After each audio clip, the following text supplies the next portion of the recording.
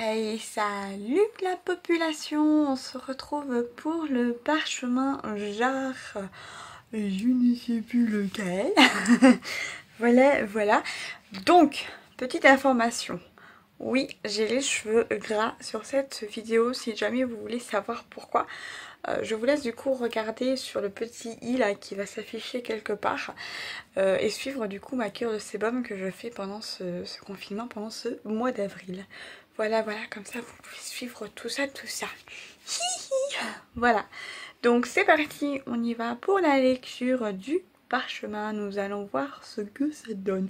J'ai un cheveu qui rebique genre là-bas. Allez, je me casse. Il a pas envie.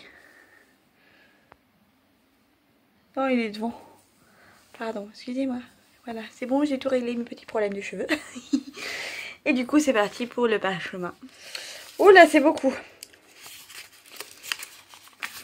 Alors, à vous. Tu as laissé ton frère construire des pièges pour la petite souris. C'est que tu voulais l'avoir aussi. C'est impossible. Elle est magique. Oui, donc, pour vous raconter un petit peu tout ça, mon frère et moi, quand on était petits, quand nous étions petits, nous faisions un peu des trucs loufoques, étant donné le fait qu'en fait, on installait des pièges. Mon frère installait des pièges surtout pour la petite souris. Donc on avait chacun notre chambre. Et mon frère créait des pièges, hein. Du coup il mettait des fils un peu partout dans sa chambre, des jouets et tout. Pour que quand forcément mes parents, qui étaient du coup cette petite souris magique, soi-disant, soit piégés. Parce que mon frère pensait que la petite souris, voilà. Et du coup elle se faisait jamais piéger et mon frère il râlait. Mais oui, moi aussi je voulais l'avoir la petite souris, du coup c'est Guillaume, c'est mon frère Guillaume qui faisait tout le truc qu'il fallait faire. Et voilà, mais bon on n'a jamais vu la petite souris, hein. On sait pourquoi du coup maintenant.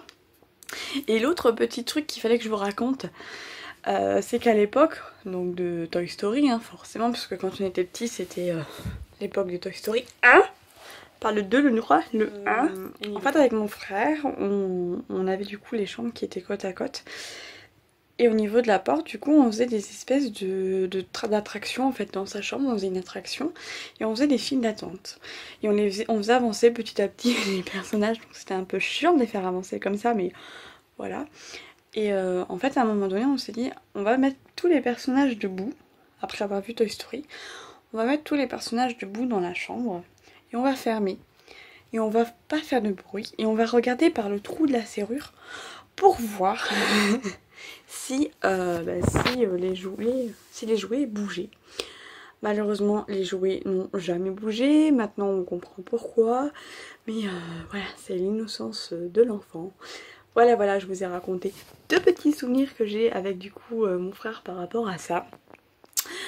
Voilà.